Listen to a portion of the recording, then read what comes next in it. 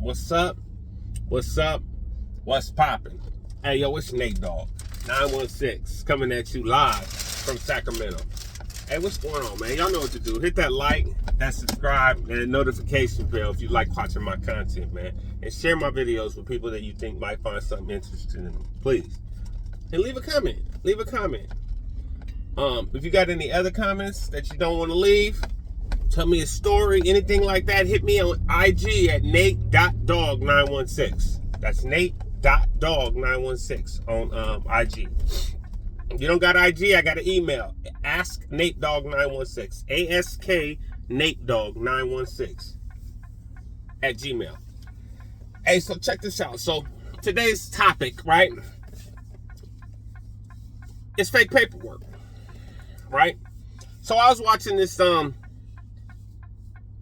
interview or conversation about the guy GFace from down south, White Fence or whatever, allegedly trying to put fake paperwork on this guy Snoopy Badass, right?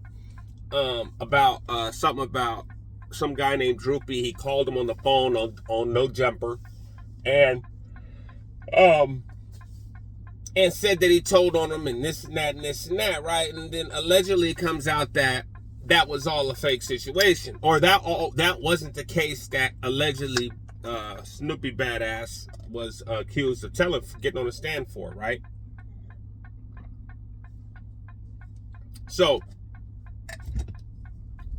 whether he told on that case or not has not been proven because nobody produced the paperwork, right? But my thing is that, like, what people gotta understand, and if you don't know, here's a prison 101 explanation about it, is that if we were in prison, if we were all on a prison yard and something like that was to occur and a Mexican was to falsely accuse a black of telling, and he couldn't produce the paperwork, like, it wouldn't even be no, oh, you accuse me of telling, I'm going to do something to you. His own people would deal with him. His own people would get on his helmet for producing false paperwork or for accusing someone of having bad paperwork. Or, like, for instance, I seen not that long ago a YouTuber either shared or created false paperwork against another YouTuber, and then it was exposed that it was fake and that the individual actually wasn't even he was already incarcerated on the dates or something like that, right? But it was exposed that the paperwork was fake, right? So that's like starting to become a thing now. Like, if you don't like somebody, you could just produce false paperwork because all these computers and all this other stuff, it's so simple to just create paperwork on somebody. And that's really out of pocket. Like, people need to learn how to just rock by themselves, man. Because, and the thing about this is, the more that people do foul stuff in society, especially on this YouTube, the more, once again, going back to my video from the other day, the more they do foul and underhanded stuff, the more likes and views and gays, drama stuff they get, right, from the community, right? And that's nothing against the people who are watching the videos, because they didn't do anything wrong.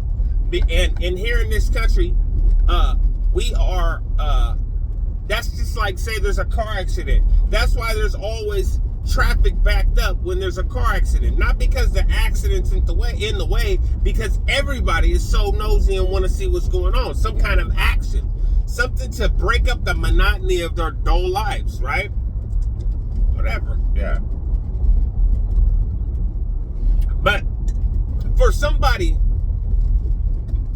to